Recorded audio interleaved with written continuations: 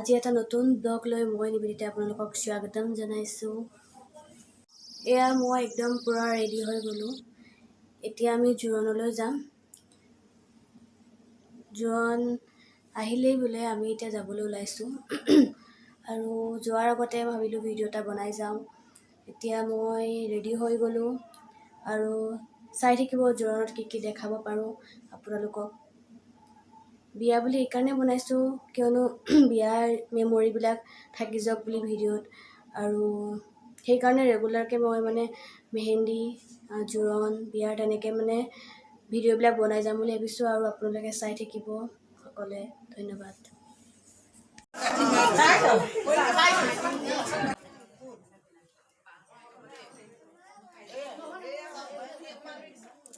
আমি ঘৰৰ পৰা আহি পাওঁতে দেৰি হ'ল আৰু জোৰণ আধা আধি পিন্ধালে কোনোফালে সোমাব নোৱাৰি, মানুহ ভিৰ হৈ আছে।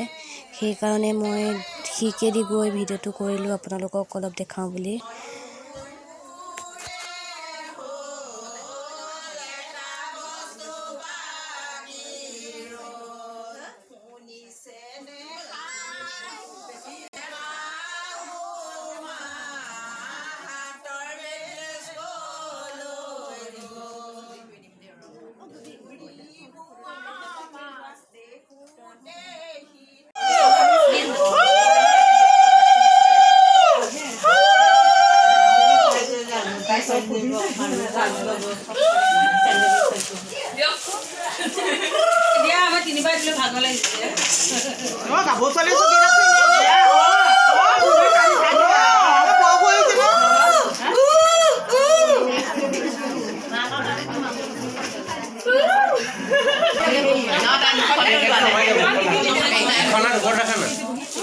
Right side of the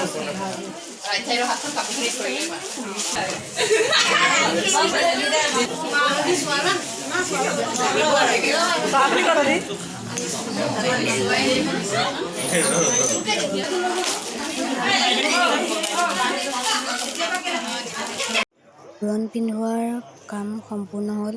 এতিয়া দৰা ঘৰৰ জ্যেষ্ঠসকলক এয়া কইনাই মান ধৰিছে।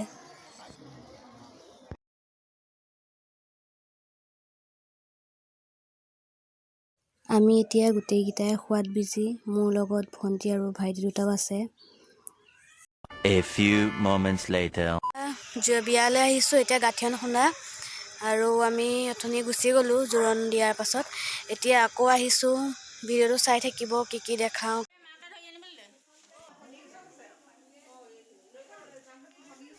গধূলি কইনাক নোৱাবৰ কাৰণে কইনাৰ মাক আৰু খুৰীয়েকহঁতে কইনাক নুৱনি শাললৈ লৈ অহা কিছু আপোনালোকক দেখাইছোঁ।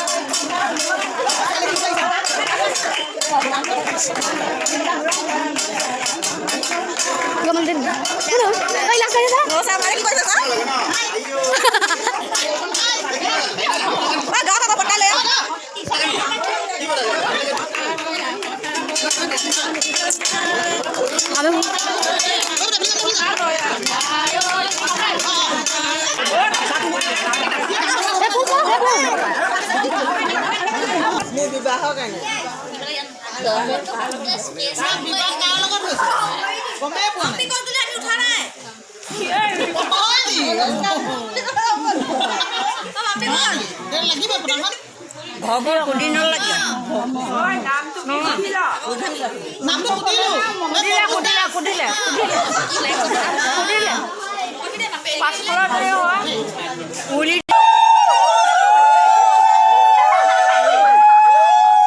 আগত দিব নেকি?